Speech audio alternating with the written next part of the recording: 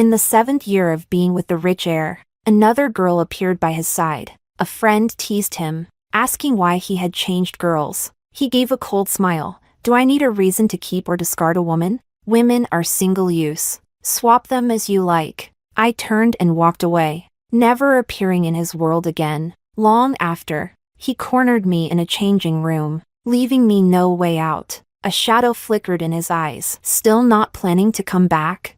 I smiled politely and raised the diamond ring on my ring finger. Sorry, you're too late. Chapter 1. The next time I saw Sam was at a charity auction. I raised my paddle frequently, aiming to bid for the jade bracelet. Just as I was about to win it for 2 million, a cold, lazy male voice interrupted. 10 million. My heart sank suddenly, and I stiffly turned my head to look. The crowd, blurred and shadowy, separated me from him. I only glimpsed the man's rugged profile, his jawline sharp and sculpted, casting faint shadows. The bumps on his neck added a silent, seductive allure within the dim light. It had been 2 years since we last saw each other, and he seemed unchanged. Or perhaps something was different. His lips barely curled into a smile, still lazy and nonchalant, but the air around him made me feel cold and distant. What's Sam's meaning by this? My friend Diana leaned over, her tone displeased. He's deliberately bidding against you, right? I withdrew my gaze indifferently. Not necessarily. Spending 10 million just for fun was a typical thing for Sam, but he clearly knows how important this bracelet is to you. Yes, he knew.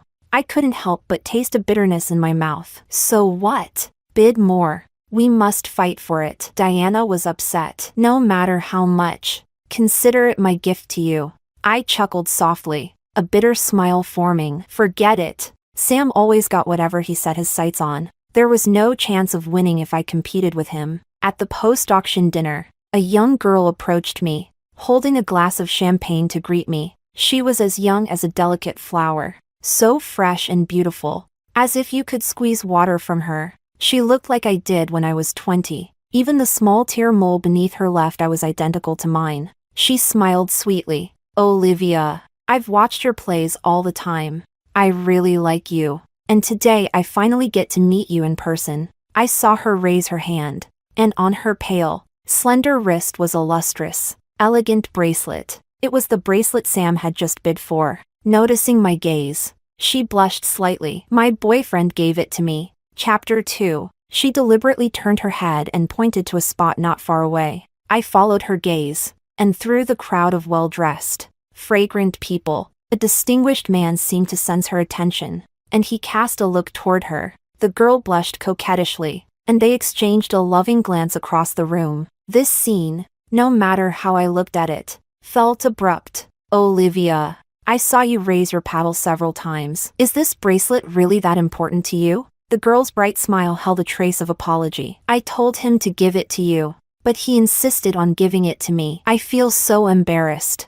I looked at her with interest but said nothing. She nervously bit her lip. Aren't you disappointed? What does it have to do with you? Diana couldn't hold back. How well do you know Olivia? Flashy bag. She probably didn't expect Diana to be so blunt, and she bit her lower lip, looking quite aggrieved. Sam noticed and his gaze turned dark. I suddenly felt a little suffocated, though I couldn't quite pinpoint the reason why. Your boyfriend is waiting for you, I said, not wanting to explore what was going on in her mind. She didn't say anything else and quickly made her way through the crowd to link arms with Sam. From beginning to end, Sam didn't spare me a single glance. His eyes were fixed on the girl's wrist, and for some reason, he suddenly pushed her hand away. His face was cold as he left the dinner venue. That bastard Sam. Diana gritted her teeth in anger. You've been with him for so many years, and he still hasn't gone public with it. Now he's out here showing off with Julia. He even bid on something you wanted just to please her. This is too much. I sipped my champagne, pushing aside the unsettling thoughts in my mind. Sam had done the same for me before, spending money lavishly just to get a smile from me. So now, if he was doing the same for another girl, it wasn't really that surprising. It's nothing. Bullshit. Diana sneered. Can't you see? Julia is showing off on purpose, trying to disgust you. She's from a small, low-key family with no taste. pretending to be some pure little flower. I finished my drink. Don't get upset. It's not worth it. I'm just mad. After all these years with Sam, he goes and finds a girl who looks just like you to annoy people. He's such a jerk. Chapter 3. In these 2 years, I've managed to remain calm enough, but Diana's words still tore open a wound in my memory. I seemed to be standing right in front of that scene from 2 years ago. At that time, after a month-long Cold War with Sam, I had decided to soften my stance. On a winter night with the first snowfall, I left the hospital and purposely went to Sam's private club to find him. Inside, the room was filled with indulgence, and as I opened the door, I overheard someone teasing Sam, "Where's Olivia? How come you've switched women?" Sam was lazily leaning on the couch, with a fresh-faced girl holding a lighter. Her delicate fingers casually brushed against his sharp jawline, seemingly unintentionally, a playful touch that lightly flirted with him. As she lit the cigarette in his lips, as the faint smoke rose, he raised an eyebrow and glanced over at the door, casually eyeing me without pausing his gaze. His words were dripping with arrogance and disdain. Do I need a reason to want a woman? I didn't know how I managed to leave. On the street late at night, the snow was relentless, and the cold wind cut through to the bone. The chill in my heart spread throughout my limbs, and I felt as if I was submerged in an ice-cold lake, the biting cold making it hard to breathe. Sam's best friend, Lucas, came running out. "Sis-in-law, don't be mad. Sam's drunk. He was just joking." I spoke in a calm tone. "Is that so?" "Really?" he said, carefully observing my expression. "That girl's just a small-time model. She doesn't know any better. Sam didn't do anything." "Oh, sis-in-law, you." Seeing my calm demeanor, he seemed to get more nervous. "Come on, let's go inside. It's cold out here." I quietly stared across the street, not moving, as that suffocating feeling began to fade. Something in my chest seemed to be pulled away along with it. "No need." I shook my head lightly, a faint smile curling on my lips. "Actually, he's right. Sam, the heir of the prestigious Sam family, the carefree second-generation heir, adored by everyone, so precious that no one dared to look him in the eye. A man like Sam had every right to be arrogant, indulging in youth. He passed through many girls, letting them confess their love, but never once showing a sincere heart. Whether he wanted a woman or not, he never needed a reason. Leaving now, the snow was falling heavier, and I got into the car and left. Lucas, still unconvinced, followed me. "Sis-in-law." I waved my hand without looking back. "Goodbye." To Lucas. To Sam. The car drove into the icy wilderness, and even though the heater was on full blast, I was still shivering, curled up in my seat. I buried my head in my knees just to feel a bit of warmth. I thought back to the beginning, when I had avoided Sam as much as possible. But how did it end up with us being entangled for 7 years? It's hard to explain, and I don't dare to look back and think about it anymore. Those long 7 years, our love and hate were all too clear. When things were good, we were inseparable, drowning in sweet affection. But when we fought, the words we threw at each other were sharp and piercing. We argued, broke up, and made up countless times, and it's hard to even keep count. At this point, it seemed that our fate was over. Chapter 4. I was dignified enough to leave his world quietly, without making a scene. I didn't even bother to remember the girl's appearance who was by his side. It was only later, in a foreign country, that I occasionally heard news about him. I heard that the girl Sam had by his side looked like me. Her name was Julia. Sam pampered her in every way, giving her lavish gifts, taking her everywhere by car, sending her expensive houses and cars, and using countless resources to smooth her path in the entertainment industry. In the 2 years that I disappeared without a trace, it was Julia who had soared in her career, because of her striking resemblance to me, and the incredible resources she had. Her career followed the same path I once walked. She had even earned the nickname Little Olivia. People both inside and outside the circle said that it wouldn't be long before Julia would completely replace me in the entertainment world. I couldn't help but think, replacing me in the entertainment world was nothing. He was also replacing me. "Olivia, what are you thinking about?" Diana waved her hand in front of my eyes. I suddenly came back to my senses. "Nothing. Maybe I drank too much and I'm a little dizzy." Let's go home. After saying goodbye to Diana, I stood at my doorstep, taking a deep breath before pushing the door open. The lights inside weren't on, and it was eerily quiet. Just as I was about to breathe a sigh of relief, the lights suddenly came on. A woman sitting in a wheelchair had no idea how long she had been waiting. She impatiently stretched out her palm toward me. The bracelet. I instinctively clenched my hand, my nails digging into my palm. Mom. I didn't get it. She looked at me in shock for a moment, then immediately became furious. Useless.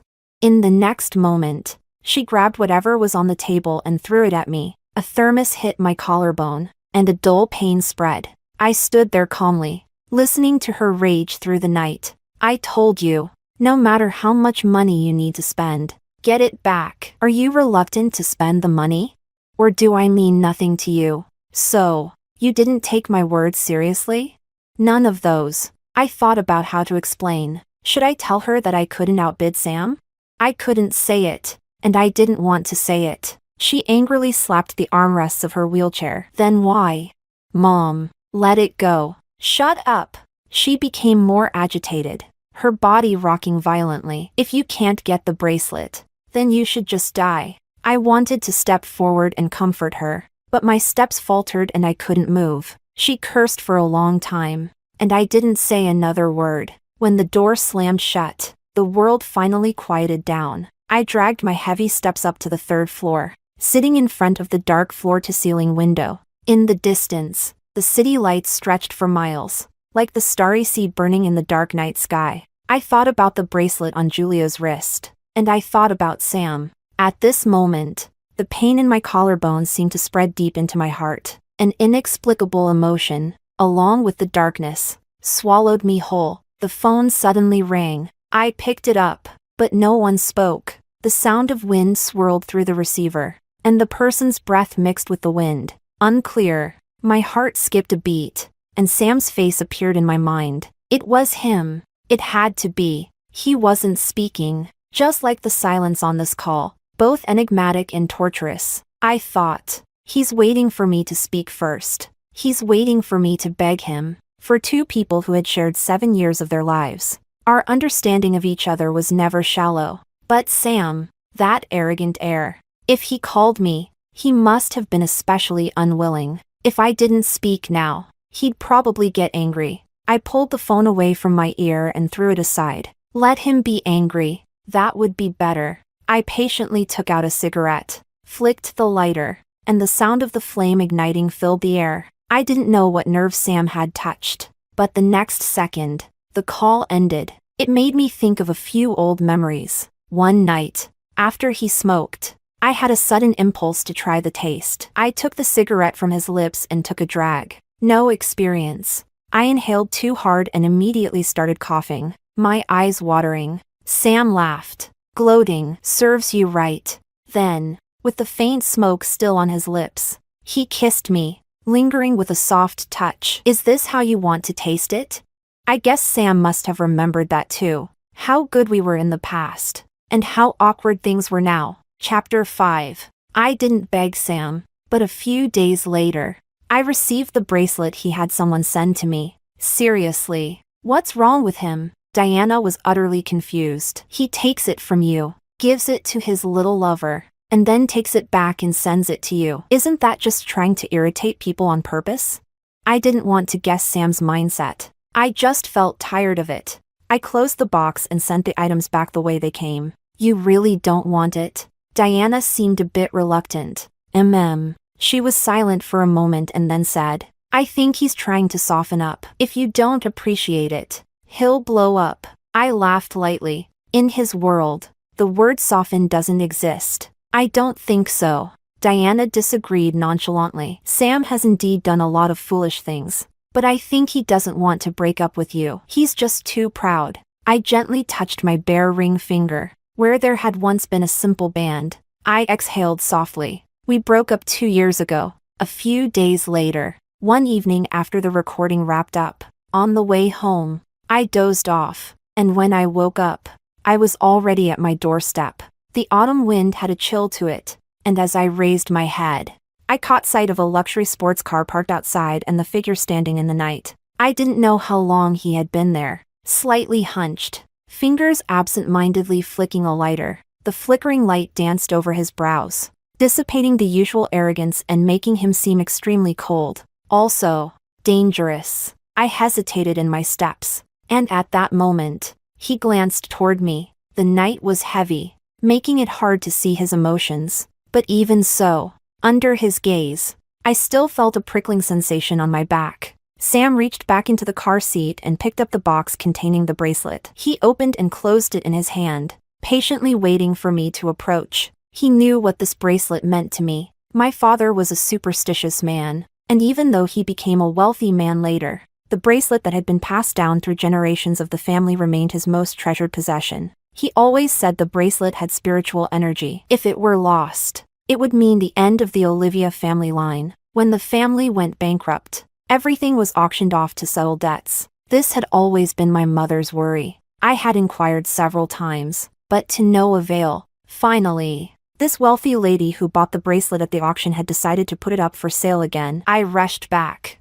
but Sam intercepted it. "What's this about?" His eyelids drooped lazily, his voice sounding indifferent. It had been 2 years since we last spoke, and this was his first sentence, but I knew him too well. The more calm he was, the more intense the undercurrent of emotion. I coldly responded, "I don't want it." Seeing the bracelet on Julia's wrist that day made me sad. We had been so close in the past, and Sam knew exactly how to wound me with a soft blade. Sam's hands stopped moving. After a moment, he let out a small scolding sound. "All right, you've got some backbone." The night breeze stirred, and the air seemed to be hiding an uncertain storm. He casually raised his hand, and the bracelet hit the ground with a crisp sound, breaking into several pieces. I held my breath, not making a sound. "Olivia." Sam's tone was light, yet it failed to hide his anger. "Don't keep challenging my patience." Chapter 6. The engine roared,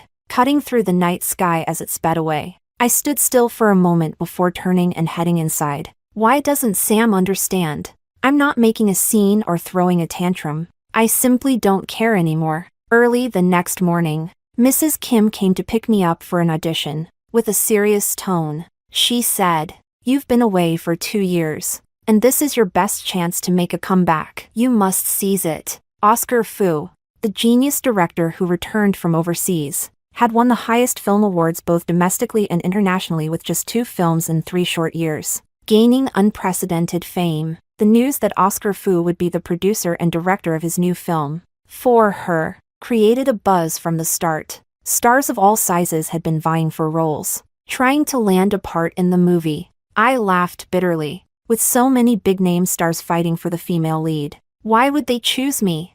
For an actress who had been absent for 2 years during her peak, this was undoubtedly career suicide. Oscar Fu, with his exacting standards, would never choose an actress like me. "But you've won the Best Actress award before," Mrs. Kim said optimistically. "Besides, I've read the script, and the female lead is made for you." I didn't take her words to heart. The entertainment industry has always been about climbing up and pushing others down. While Oscar Fu may be proud, he's not immune to the pressures of the industry. I had no hopes for this role, especially when I saw Julia, surrounded by a crowd, entering the room with all eyes on her. Mrs. Kim went next door for a meeting, leaving just me and my assistant. "The newbie certainly knows how to make an entrance," my assistant whispered. I closed the script and gently replied, "Don't gossip about others." My assistant pouted, clearly disliking Julia. "Olivia, it's such a coincidence to see you again." Julia came over with a sweet smile. "I've watched your shows for a long time, and today I finally get to meet you in person." I gave a slight nod. "It's indeed a coincidence." I noticed her subtle change in expression before she quickly lifted her lips and took a coffee cup from her assistant, handing it to me. Out of courtesy, I stood to refuse. But suddenly, her hand tilted, and the coffee splashed all over me. I was wearing a white dress for the audition, and the stain was particularly noticeable. The scalding heat seeped through the fabric, stinging my skin. "Aw," she feigned surprise, apologizing insincerely. "I'm so sorry. I accidentally spilled it." She pretended to hurriedly grab napkins to wipe the stain. smiling sweetly. If I were you, I wouldn't have come here. You probably don't know, but my boyfriend is an investor in this show, and he said that the lead role can only be mine. Chapter 7. I kept my expression neutral. Oh, how interesting. Earlier at the auction, Julia had acted so calm and composed. Why did she lose her composure so quickly? Perhaps my indifference made her lose her smile. I don't mean to fight with you, she said, squeezing her voice into a sweet, innocent tone. But, you know, since you're older, maybe you should give the opportunity to younger people, right? I could clearly understand her meaning. You're old now. Don't fight with me. For work and for men. I quietly looked at the teardrop mole below her left eyelid, then smiled. What are you laughing at? She asked. If I were you, I wouldn't do such a foolish thing, I replied. I gently wiped the coffee stain from my slim fingers and asked, do you know what kind of person he is? Sam, that rich young man, knew how to be gentle and cruel at the same time. He would pamper you when it pleased him, but if he grew tired of you, your life or death wouldn't matter to him. I wasn't unaware of the women around Sam over the years, but no one had ever dared come to me with such arrogance. Julia was the dumbest one. Since you call me a senior, I should give you a little advice. I stared into her eyes, my smile widening. Don't mess with me. Julia couldn't keep up her act anymore, and her smile turned harsh as she raised her voice. Olivia, you were just a kept woman, a secret lover for years. What are you pretending to be? Kept woman? Secret lover? I couldn't help but laugh. So, Sam had defined our 7 years like this. Before I could speak, Mrs. Kim's voice came from the door. Julia, what nonsense are you saying? My assistant had sneaked out and called Mrs. Kim back. It's fine, I said dismissively. This catfight is boring. Let's go. Who's the one pre-selected? Mrs. Kim pointed at Julia. Is it you? Julia, beaming with pride, said, my boyfriend is the investor. You must know that. Mrs. Kim fell silent and turned to look at the door. Director Fu. Is it? I hadn't noticed, but a young man had appeared by the door. Through the open window, the lush greenery swayed in the wind, and the man's cold, handsome face was shrouded in dappled light, giving him an air of mysterious detachment. He was young, yet exuded the restrained, old-fashioned charm of an artist. Oscar Fu, his name matched his demeanor perfectly. Yeah, it's pre-selected. The man spoke, his voice slow and deep. Mrs. Kim's face hardened, while Julia proudly lifted her chin. Director Fu, I'll perform well. I remained calm, preparing to leave. Wait. Oscar Fu raised his hand in a perfect gentlemanly gesture. Miss Olivia, are you upset about being pre-selected by me? I blinked in surprise, noticing Julia's face instantly pale. She protested. This isn't fair.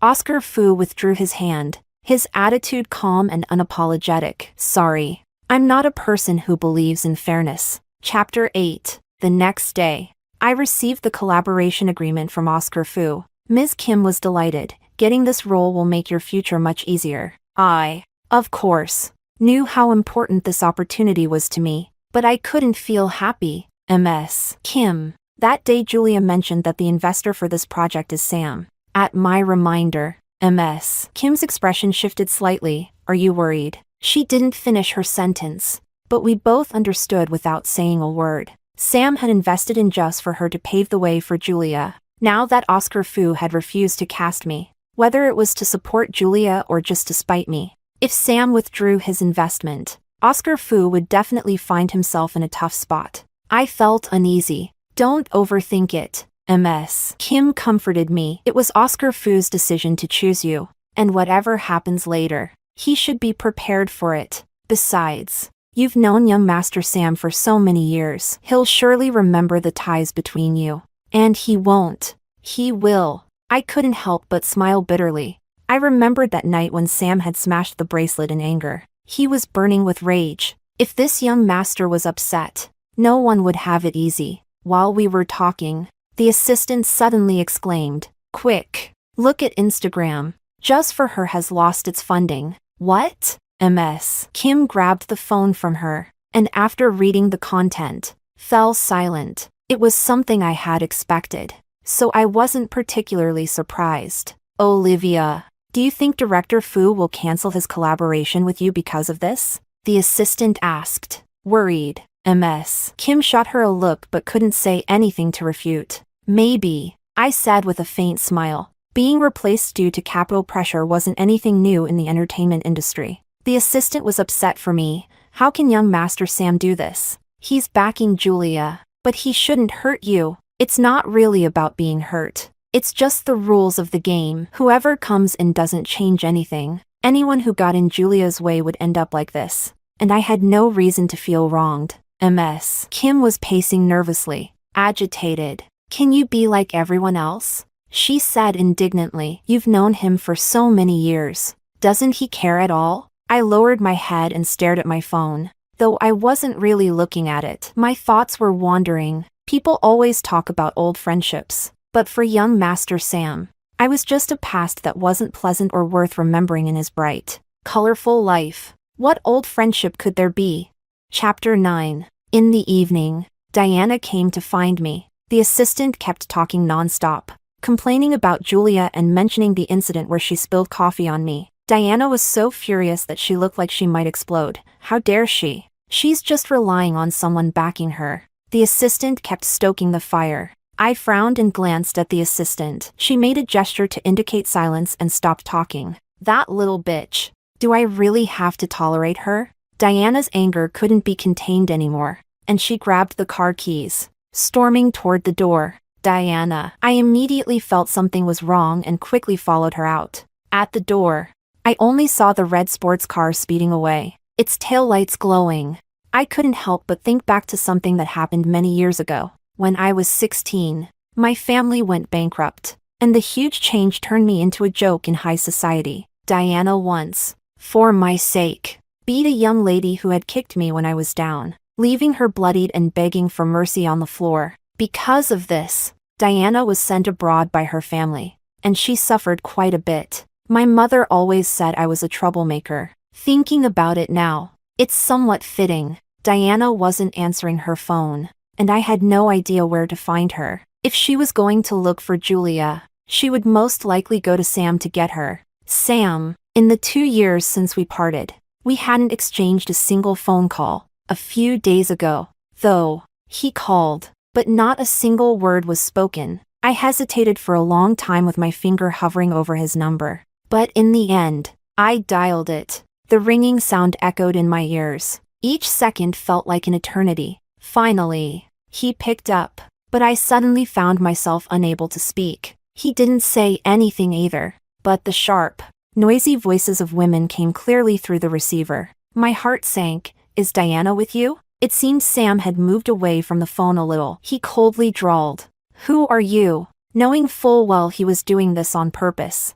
I was still taken aback. "I'm Olivia." "Oh," he responded lazily. "What's up?" A question asked on purpose. I calmly asked, "Where are you?" "I'm coming over." There was a moment of silence. Then Sam let out a light, mocking laugh. "Looking for me?" I was looking for Diana. Hearing his sarcasm, I endured it. "Yes." "Heh." Sam's voice dripped with tired mockery. "Sisterly love." "Huh? For her. You not only made the first phone call in 2 years, but you're even willing to come see me." This young master was great at using passive-aggressive tones. I patiently repeated my question, "Where are you?" "All right. Don't bother." Sam lost his patience, his voice turning coldly polite. Click. The sound of him hanging up echoed through the phone. I silently listened to the dial tone on the other end. His message was clear. He didn't want to see me. Chapter 10. 2 years later, I stood once again in front of this luxurious clubhouse suite. Sam owned many properties, but this one was his favorite. So, back when we were still together, whenever he got mad and disappeared, I always knew where to find him. His friends used to tease him, that arrogant brat. When he's mad, he won't even move an inch. It's obvious he's just waiting for you to come and soothe him. Don't spoil him. In the end, I really stopped spoiling him. The last time. The door opened and then closed again, just like my heart, closed and locked away. I took a deep breath and calmly pushed the door open. The strong smell of alcohol hit me immediately. The large wine cabinet, with the rare wines Sam had spent a fortune collecting, was all smashed into pieces. The floor was soaked with colorful liquids, glass fragments scattered throughout, leaving no space to step. I looked around but couldn't see Diana anywhere. In the midst of the wreckage, Sam was leaning casually on the only clean leather sofa left, completely unfazed, lazily fiddling with his phone. The light from the overhead lamp cast a shadow across his brows and eyes, not sharp, but chilling and imposing. Lucas was talking to him about something, but when he heard footsteps, he looked over. "Hi, sis-in-law," he blurted out when he saw me. That address made me momentarily dazed. Perhaps it was because I had been with Sam for quite a long time, and Lucas had gotten used to calling me that. I didn't mind, giving a faint smile. "Long time no see." "Yeah, it's been 2 years," he asked with concern. "Sis-in-law, where have you been these 2 years?" "Scandinavia," I answered vaguely. "Oh," he paused for a moment, smiling meaningfully. "That's funny. Sam has been there a few times too." Sam didn't react much, completely uninterested in our conversation, not even lifting an eyelid. Lucas continued asking, "Have you been doing well?" I didn't want to talk about the past 2 years. "Pretty good." I shifted the topic. "Has Diana been here?" Given the state of destruction here, it was likely Diana's doing, but I still hoped to confirm it with a little bit of luck. "Yeah, she's been here." Lucas held back a smile. "She said she was looking for Julia, but didn't find her. She was like an angry little lion, smashing things while cursing." He glanced at Sam. "Some people's crimes are beyond count." My forehead throbbed, but my heart relaxed a little. At least Diana hadn't found Julia. "Where is she now?" Before Lucas could answer, Sam coldly spoke, marking the first words of the night. "What do you think?" I quickly turned to look at Sam. His gaze was still fixed on his phone, his expression indifferent, but the tightly pressed lips unmistakably conveyed an intense sense of hostility and danger. The relief I had just felt evaporated. Sam had always been the center of attention, a young master who had been accustomed to having things his way. If he wasn't comfortable, he could be ruthless when he was younger. As he grew older, he calmed down, and his carefree, devil-may-care attitude was nothing but a smokescreen to deceive others. The Wynn family and Sam's family had some connections, so Sam wouldn't be too harsh on her. But a small punishment from the young master was something no ordinary person could bear. I looked at Sam and, with a calm but firm voice, said, "Diana's actions are because of me. I apologize to you. Tonight, I'll compensate you for all your losses." Compensate? As if he had heard a joke, Sam retracted his long legs and stood up, towering over me, his gaze full of mockery. "What are you going to use to compensate?" Chapter 11. I choked, rendered speechless. Yes, I indeed had the ability to compensate him for tonight's losses. But what Sam lacked most was money. After being scolded relentlessly, could Sam really tolerate this? I tried to keep my composure and softly said, "You ask, and I'll do what I can." Sam remained silent, looking at me with a half-smile, arrogantly dismissive. Under his gaze, I felt a chill run down my back. This coldness seemed to creep into my heart, and soon my entire heart was filled with a cold sensation. "Do you really want to do this?" He lazily flicked his eyelids, playing indifferent. "Do what?" I stopped smiling and silently looked at him. Sam's nastiness lay in the fact that he knew exactly what you meant but chose to ignore it, provoking you with his casual indifference, watching as you lost control while he remained a detached observer. This feeling was unbearable. The atmosphere grew tense. Lucas was the first to crack. "Can we talk calmly? No need to be so hostile right from the start." "Get lost," Sam snapped, raising his eyebrows in annoyance. "All right then," Lucas replied, as if granted a pardon, quickly making his way toward the door.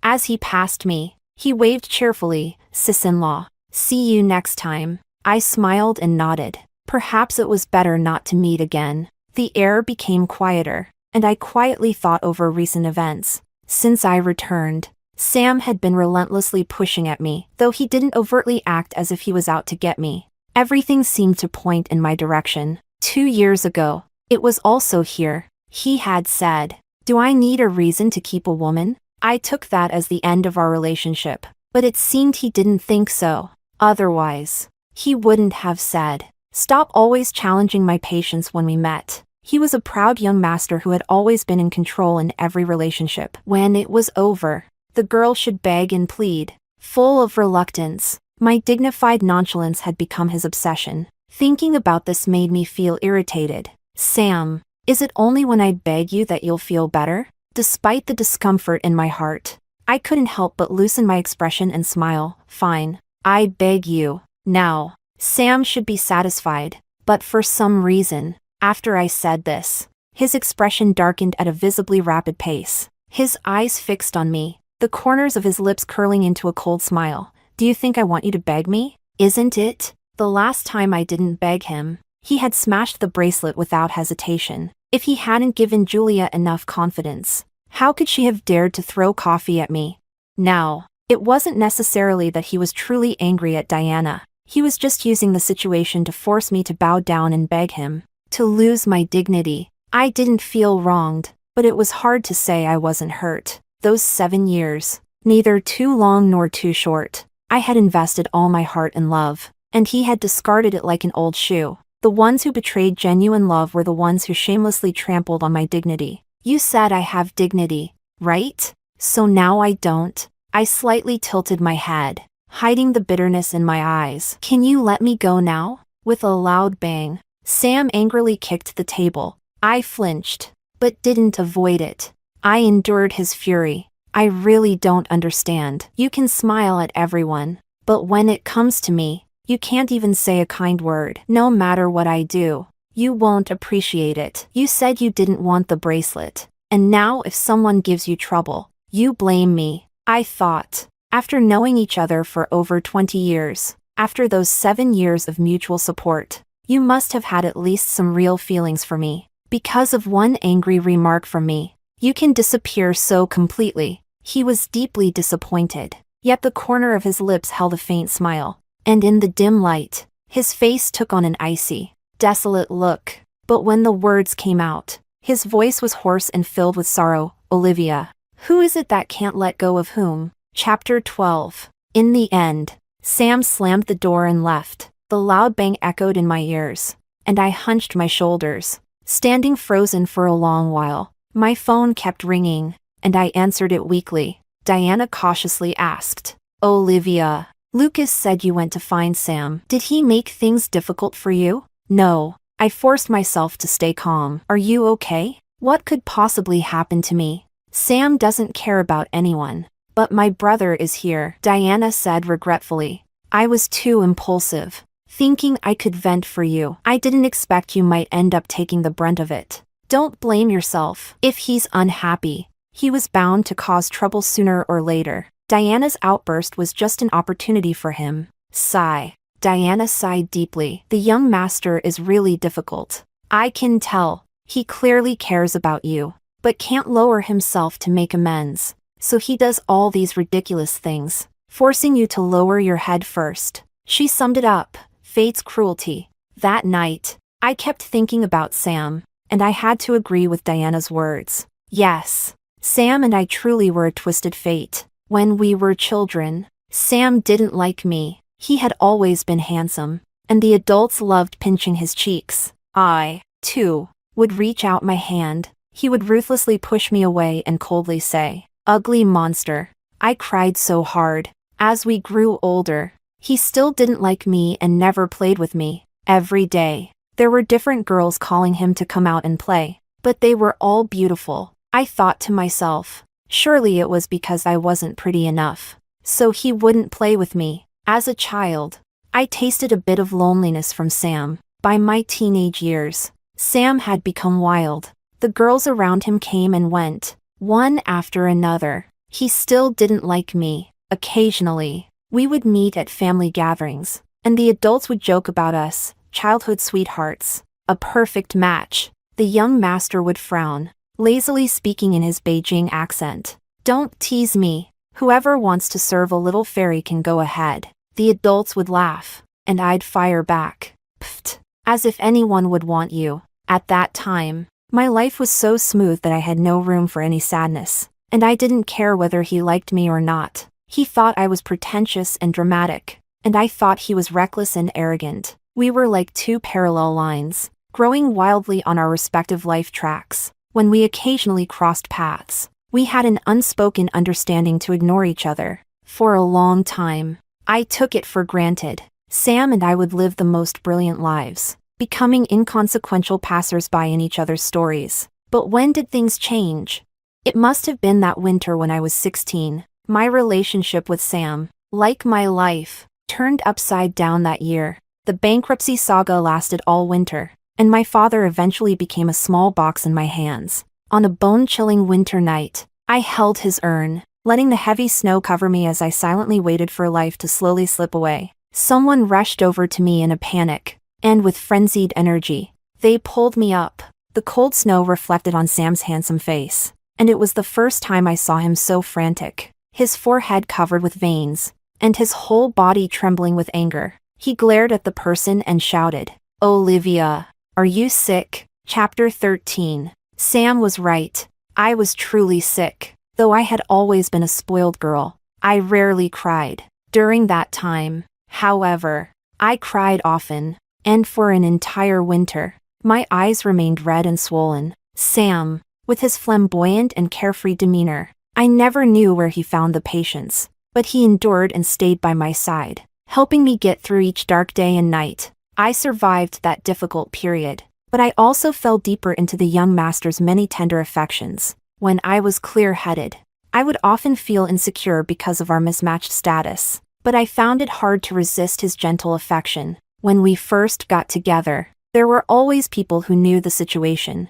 sneering at me, mocking me for clinging to Sam as my lifeline, saying that being rejected was just a matter of time. It was truly pathetic. I, too, was a girl raised with care, with a strong sense of pride embedded in my bones. So, I suggested we keep our relationship a secret. Sam initially disagreed, but he couldn't resist my constant persistence. That day, he grabbed my lips, and as we kissed, he mischievously asked, "Have you thought it through?" "What?" Half joking, half serious, he teased, "There are plenty of people who think about me. Don't get jealous when you find out." I knew he was telling the truth, but I still nodded firmly. At that time, I was so confident. Although Sam was careless, he came from a prestigious family, and the strict family teachings were deeply ingrained in him. He followed rules and principles, so I believed he wouldn't let emotions harm his reputation.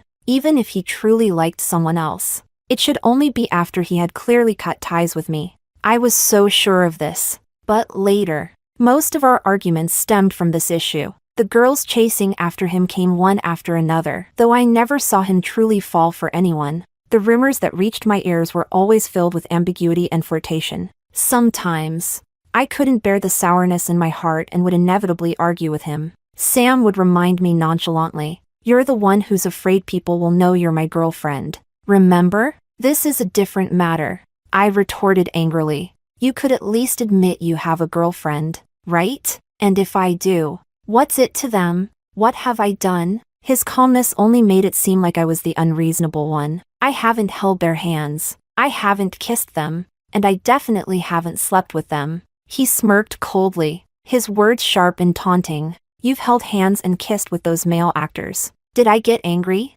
That's my job. It felt like his retaliation against me. And Sam wouldn't give in an inch. I'm just playing a game too. These arguments, day after day, never had a resolution. When the arguments got heated, we would relentlessly hurt each other, saying cruel words over and over again. We were young, and our love and hate were intense. After each fight, he would do his best to pamper me, and I would, time after time, lick my wounds and consciously fall deeper. We continued our entangled relationship for years, talking about love under the moon, fighting fiercely with words that bled. For those 7 long years, even at the worst of times, I never once thought of leaving. I thought that no matter how reckless Sam was, he wouldn't be so vile. But then he casually said those words, shattering all my dignity. Sam said I had no real feelings for him and that I left him because of one sentence. How could he not understand?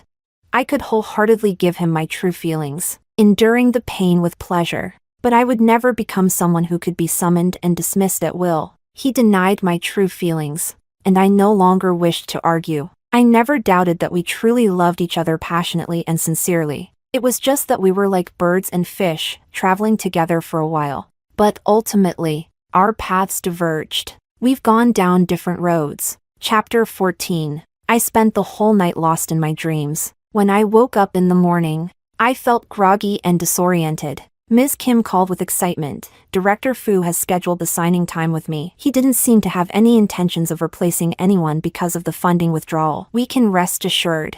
I rubbed my sore temples, a little surprised. Oscar Fu was indeed an interesting person. The signing was set for the afternoon. Ms. Kim had already gone over the contract with Oscar Fu, so there wasn't much to discuss. However, given the recent withdrawal of funds, I couldn't be sure if it had anything to do with me. But considering Julia's animosity toward me, who knew what kind of trouble she might stir up? I felt the need to remind Oscar Fu that working with me might bring him trouble. A movie was the result of the efforts of many people. I truly needed this opportunity, but I could never let my personal grievances lead to potential risks that would pull others into a passive position. I subtly mentioned, regarding the investors' withdrawal last time, it has nothing to do with you. Oscar Fu interrupted me lightly. I persuaded them to withdraw. I widened my eyes in surprise, momentarily stunned. Oscar Fu's words were concise.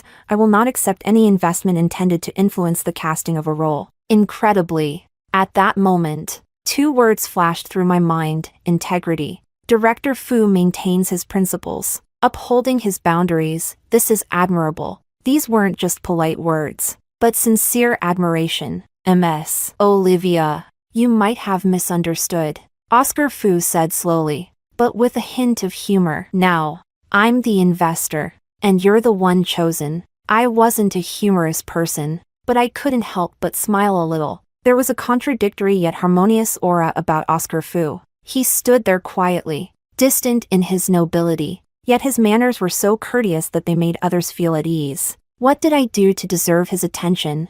Looking at the contract he had pushed forward, I couldn't resist asking, "Forgive me for being bold, but why did you choose me?" The entertainment industry was always harsh, and I had disappeared for 2 years, already far behind my peers. Not to mention the continuous rise of new talent, flooding in like bamboo shoots after a spring rain. My current situation was awkward. Oscar Fu throwing me a lifeline at this moment was like sending charcoal in the snow. He, a man who was so meticulous and demanding about film art. How did he skip the audition and directly decide on me? I wasn't narcissistic enough to think my acting was irreplaceable. No matter how you looked at it, Oscar Fu had better choices. Oscar Fu slowly raised his head, his tone serious. Ms. Olivia, you are a good actress, but more importantly, you're worth it. Chapter 15. As I prepared to join the set, I found myself trending for the first time in a long while. The cause was an interview with Julia. She appeared on camera, her eyes red with grievance, a while ago. I received an audition invitation from a famous director's team. I prepared for it for a long time, but when I went there, they told me the role was already decided. I didn't even get a chance to audition. Soon, paparazzi exposed that the famous director Julia was referring to was Oscar Fu, and the person who was already decided for the role was me. Both Oscar Fu and I were trending together. Julia's fans sympathized with their idol, flooding the internet to tear into me and Oscar Fu, an outdated actress relying on her looks and body to exchange resources with a self-righteous, so-called genius director, blocking new talent from opportunities. This story was explosive, and the heat kept rising, adding to the fact that I had been missing for so long. Suddenly appearing on the trending list in this way, many people began to speculate where I had been these last 2 years. Soon, someone came forward with a scoop, claiming they had seen me abroad, at a hospital. From there, more and more explosive revelations came out, and the speculations about me turned into facts that everyone believed. Olivia had run off abroad to hide and had a child, with the father's identity remaining a mystery. What the hell? How could someone like Oscar Fu be interested in this kind of woman? The person above, Director Fu, isn't any better either. They make a perfect match. Have you ever thought that maybe the child is Oscar Fu's?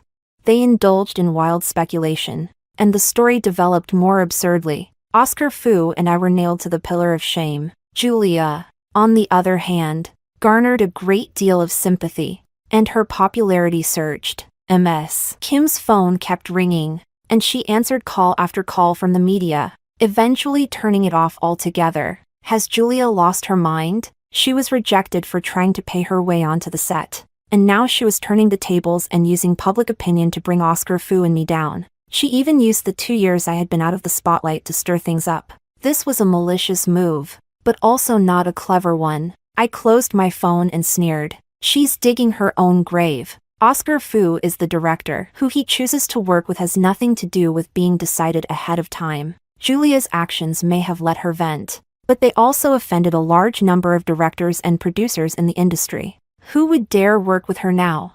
She has someone backing her up. What's there to be afraid of? Ms. Kim said sarcastically. I didn't respond. Sam's favor was freely given and decisively withdrawn. Julia was truly foolish. Ms. Kim and I agreed to remain calm for now, avoiding any traps set to prove our innocence. The official Instagram account for Just For Her quickly responded with a statement. It was brief and to the point. With sharp wording, they denied inviting Julia for an audition, and mercilessly pointed out that she had tried to force her way into the role under the pretense of bringing in funding. Their team, including Oscar Fu himself, absolutely refused to accept investments aimed at influencing the casting of a role. The so-called righteous director, accused of engaging in power for sex transactions, was suddenly portrayed as someone who could not be swayed by capital and stood by his principles. The backlash came so quickly that the public was stunned. Not long after the statement was released, a video of Julia throwing coffee at me,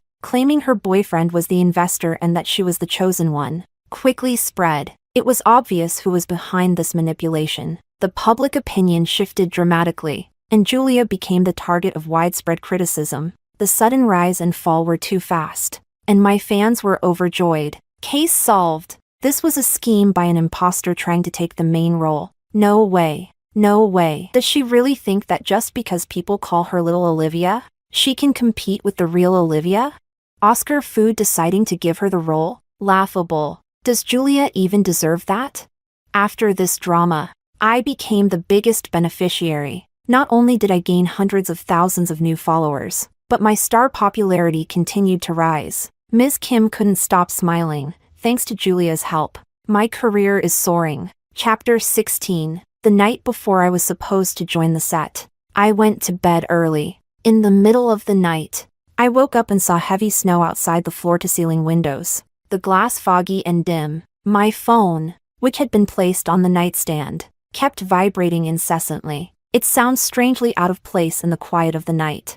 I didn't expect it to be Sam. After our unpleasant parting last time, Lucas did call me once. Sam had gone racing, playing recklessly as if he didn't care about his life, and no one could talk him out of it. After some rambling, Lucas finally got to the point. Sis-in-law, I know Sam was wrong back then. You know his temper. He wasn't sincere. After you left, he went crazy looking for you. Maybe you should soften up a bit.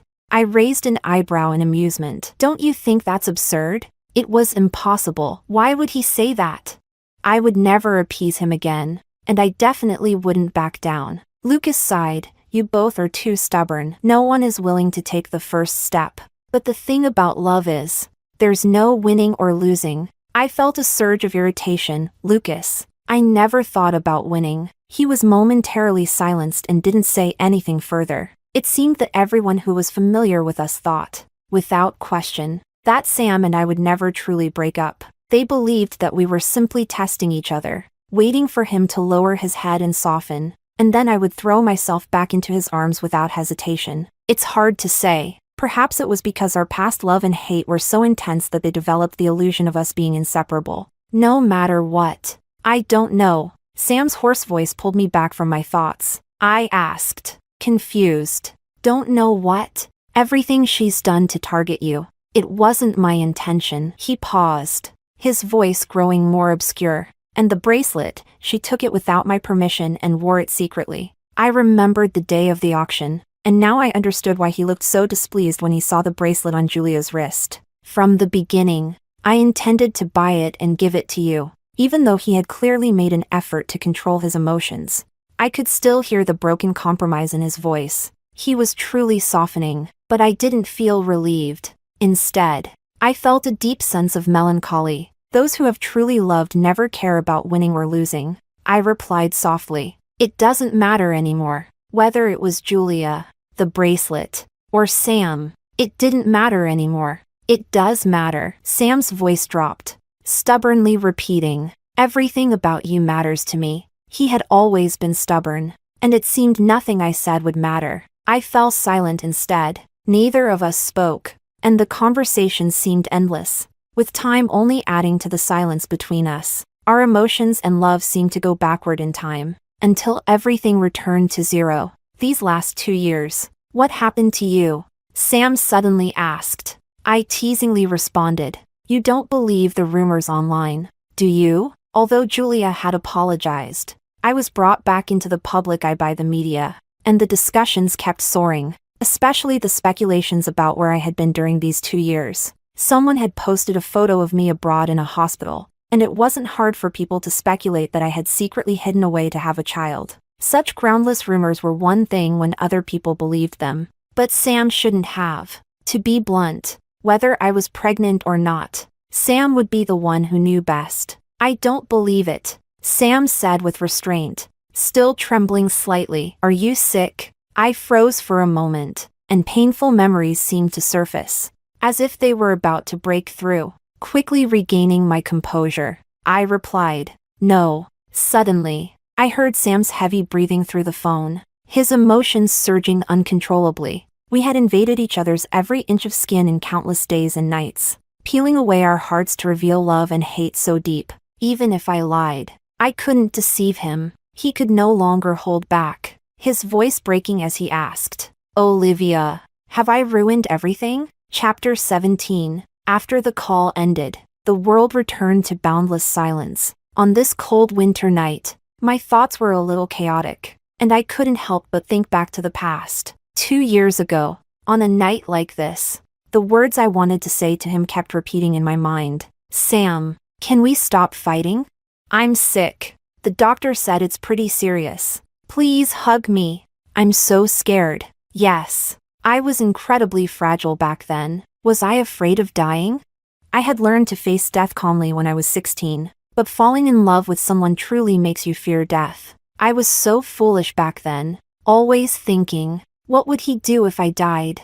So, I just wanted to return to his side. Even if all he did was hug me, it would make all the pain I'd face from illness in the future worth it. But Sam said, do I need a reason to want a woman? On the way out that night, I repeated those 4 words over and over, feeling so foolish. Thinking about it, I laughed, then cried. It's been so long since that night, but whenever I look back down that road, my eyes still get misty. So, I bid farewell to the past, and I said goodbye to Sam. Once I joined the set, I became busy. Oscar Fu was a perfectionist. For every scene, he would relentlessly focus on every detail, never stopping until he was 100% satisfied. Everyone on the set was on edge, not daring to slack off in the slightest. I remember when I first joined the set, a group of young actors, thrilled to have Oscar Fu's attention, were a bit smug, but after just 2 or 3 months,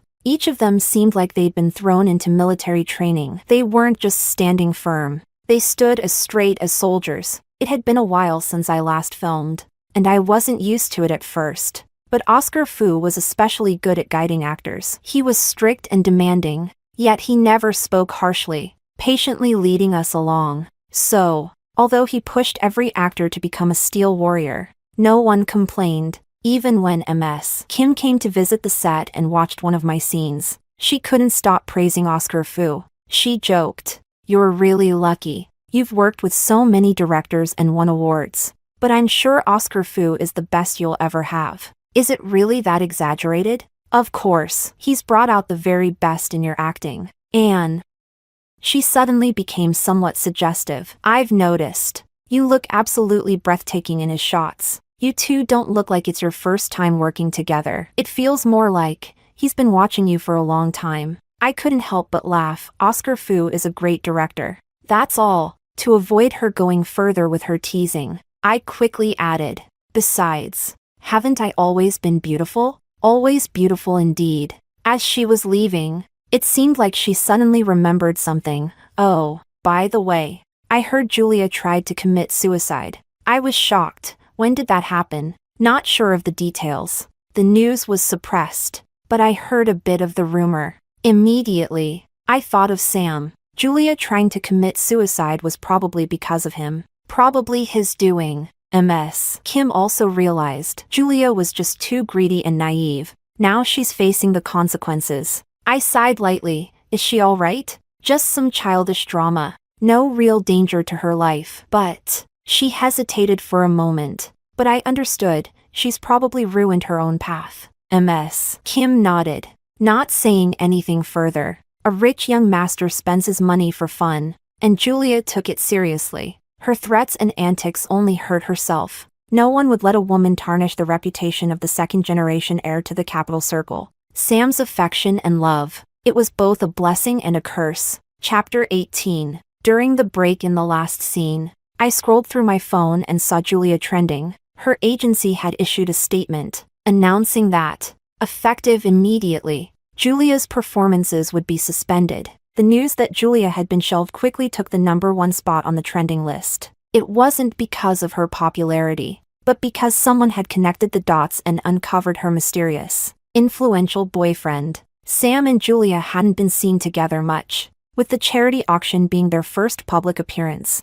At the time, the media refrained from reporting due to Sam's status, which is why it had only now been uncovered by the incredibly thorough public. The story of the second-generation heir and a female celebrity, mixed with the whispers of the elite circle, was something the public loved to consume. Rumors surfaced that Julia had been shelved because she had angered a powerful figure. Following this trail, people quickly pieced it together. With such a powerful boyfriend, how could Julia possibly have been shelved?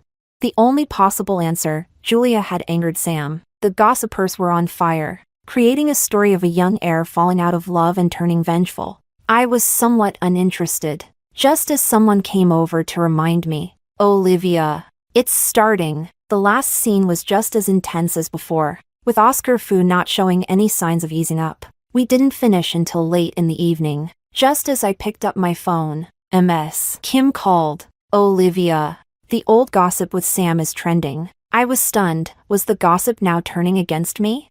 You should check it out. They can't even suppress the trending topics. I took 3 minutes to read through it all. The story was simple enough. While the public believed Julia was shelved because of a love-turned-hate story with a rich young heir, someone came forward to counter that narrative. The truth is, Julia wasn't even a backup for the role, and this whole love-hate story is nonsense. This was met with skepticism, and many demanded proof. And then, the proof came. A short video. Well, it wasn't exactly the most appropriate video. It showed a quiet, empty street late at night, the streetlights dim and flickering. I was dressed up, holding my coat as I leaned forward, gazing at Sam, who was sitting sideways in his sports car. It looked like I was upset. Sam tilted his head back, casually smirking, his hand reaching into my coat and pulling me toward him, kissing me deeply. My heart started racing. I couldn't remember when this had happened,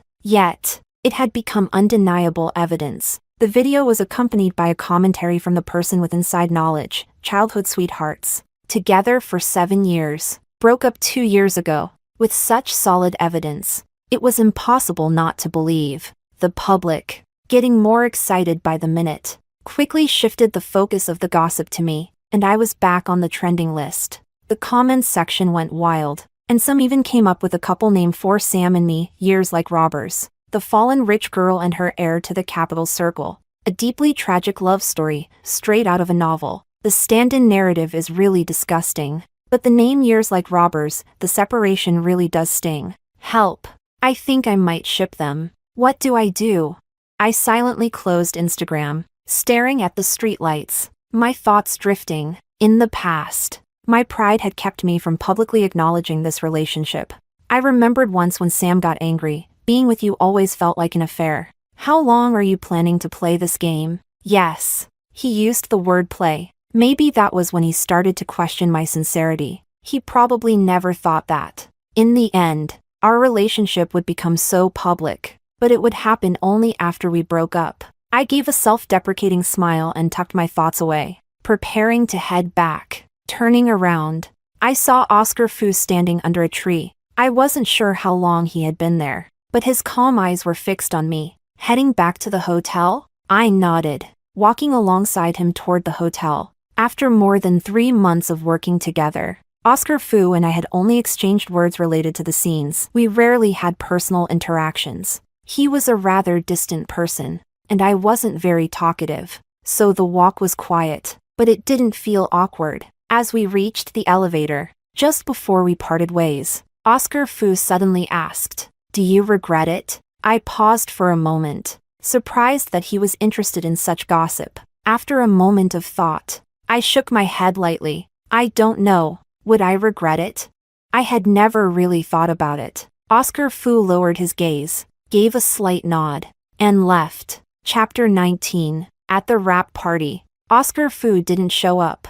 The male actor playing opposite me had worked with Oscar Fu on his first film. It seemed like he had drunk a bit too much and moved closer to me, whispering in my ear, "I'll tell you a secret." He looked around cautiously, as if ensuring no one was listening before he spoke. I chuckled at his antics. "What's the secret?" He leaned in, his voice low. "Director Fu has a crush on you." I shivered, and my drink spilled a little, dampening my clothes. Is it that surprising? I took a sip of my drink to calm my nerves. It's definitely a bit shocking. "You don't believe me?" His eyes were filled with a hint of melancholy, his voice slow. 3 years ago, I had a small role in Director Fu's first film. It lasted quite a while to film. Seeing that he seemed eager to talk, I didn't interrupt and quietly listened. "At that time, you were so popular.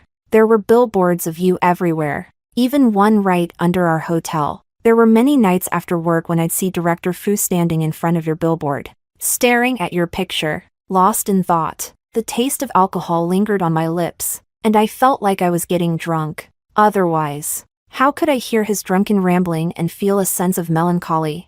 I shook my head self-deprecatingly, thinking about all this nonsense. The champagne-stained part of my clothes was bothering me, so I got up to go to the dressing room to change and escape his constant chatter. After changing into clean clothes, I felt dizzy for a moment. I decided not to go out and instead sat on the couch in the dressing room to rest, half conscious. I heard footsteps approaching. I thought it was the assistant coming to get me, so I muttered weakly, "Nicole, I'm dizzy." I wanted to lay there a little longer to recover. A pair of hands gently pressed on my temples from behind, rubbing in slow circles. The touch was too familiar, and I immediately opened my eyes. In the dressing room mirror, I saw Sam's reflection. He had lost weight, his back still straight, but his demeanor seemed much more subdued. The confident, flamboyant attitude from before was gone, and there was a trace of melancholy in his eyes. I turned my head to avoid his touch.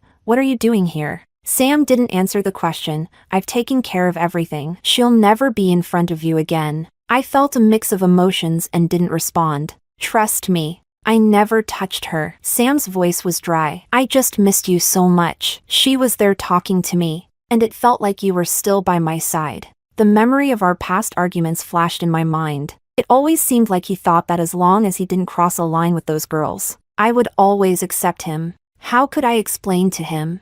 It was never about Julia between us. In the past, I would get jealous and hurt because I loved him. I couldn't tolerate even the smallest grain of sand in my eyes, and that's why I would often end up in tears. Sam walked around and leaned down, placing his hands on the back of the couch, trapping me in his shadow. He was backlit, the shadows floating in his brows and eyes, his gaze carrying a deep melancholy. "Olivia, will you come back?" Chapter 20. The distance between us was so close. His unique, heated breath filled my senses. It felt both right in front of me and yet far away. If this had been before, I would have definitely been flustered, my face turning red. But now, I just quietly looked at him, not dodging, not responding. I even felt like smiling, not out of pride, but out of a profound sadness. My love had already ended, but he was just reaching the peak of his. "Did you always think I would come back?" I narrowed my eyes, looking into his. The light from outside the window flickered briefly, casting a faint glow in his eyes. He said, "I never thought of being apart from you. From the very beginning. Until now." Sam seemed to have an obsession with fate. With such a deep bond between us, he had always been so confident, assuming I would never leave. But life is short and long. People come, people go, that is the norm. And yet, there was still some bitterness inside me. Why was it that? Because he was certain I wouldn't leave. He could treat me so lightly? A twinge of malicious revenge rose within me. I smiled and raised my hand. "Sorry, you're too late." On my left ring finger, I wore a fake diamond ring. At the beginning of the rap party, the young actor who played the younger version of the male lead wouldn't stop clinging to me. He was reluctant to let go, tearfully trying to put a prop ring on my finger. "Olivia, when I grow up, I'll marry you." Before leaving, he looked back 3 times, tears in his eyes, earnestly reminding me, "You must wait for me, okay?" I was deeply touched. I never imagined that my first proposal would come from a little kid. I don't even know why I did it, but I looked at the ring and didn't take it off. Sam stiffened, but quickly saw through my lie. "It's fake," he said, taking my hand to remove the ring. I didn't resist, letting him do as he wished. "The ring is indeed fake, but I don't want you anymore, that's real."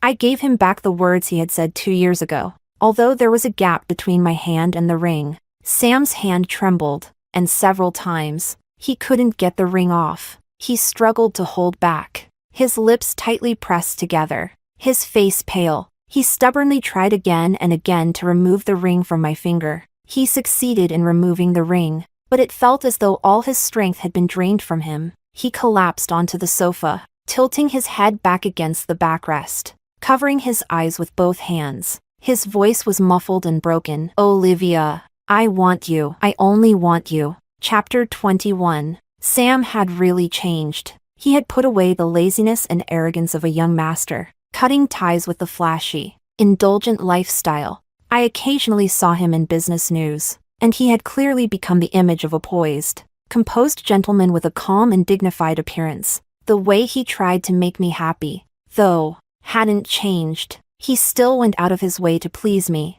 so carefully and thoughtfully that it almost made my heart ache. "Sam, stop doing this," I sighed, though my tone was firm. He nodded dejectedly. "All right." As he turned to leave, he couldn't help but look back. "I'll wait for you. Always." I didn't dwell on how true or false his words were, simply taking it as another one of his jokes. Sam's obsession was so strong that even Diana couldn't help but speak up for him. He shed his arrogance, turned over a new leaf. "You should really think about it." I just smiled and remained silent. Diana seemed to understand and let out a regretful sigh. Time passed slowly, and Just for Her was scheduled for release. The promotional efforts were in full swing, and I had shared a few scenes with Oscar Fu. The day the film was released also happened to be Oscar Fu's birthday. A group of people organized a celebration at his place, and Oscar Fu seemed to be in a good mood. So he agreed. With so many people, preparations didn't take much time,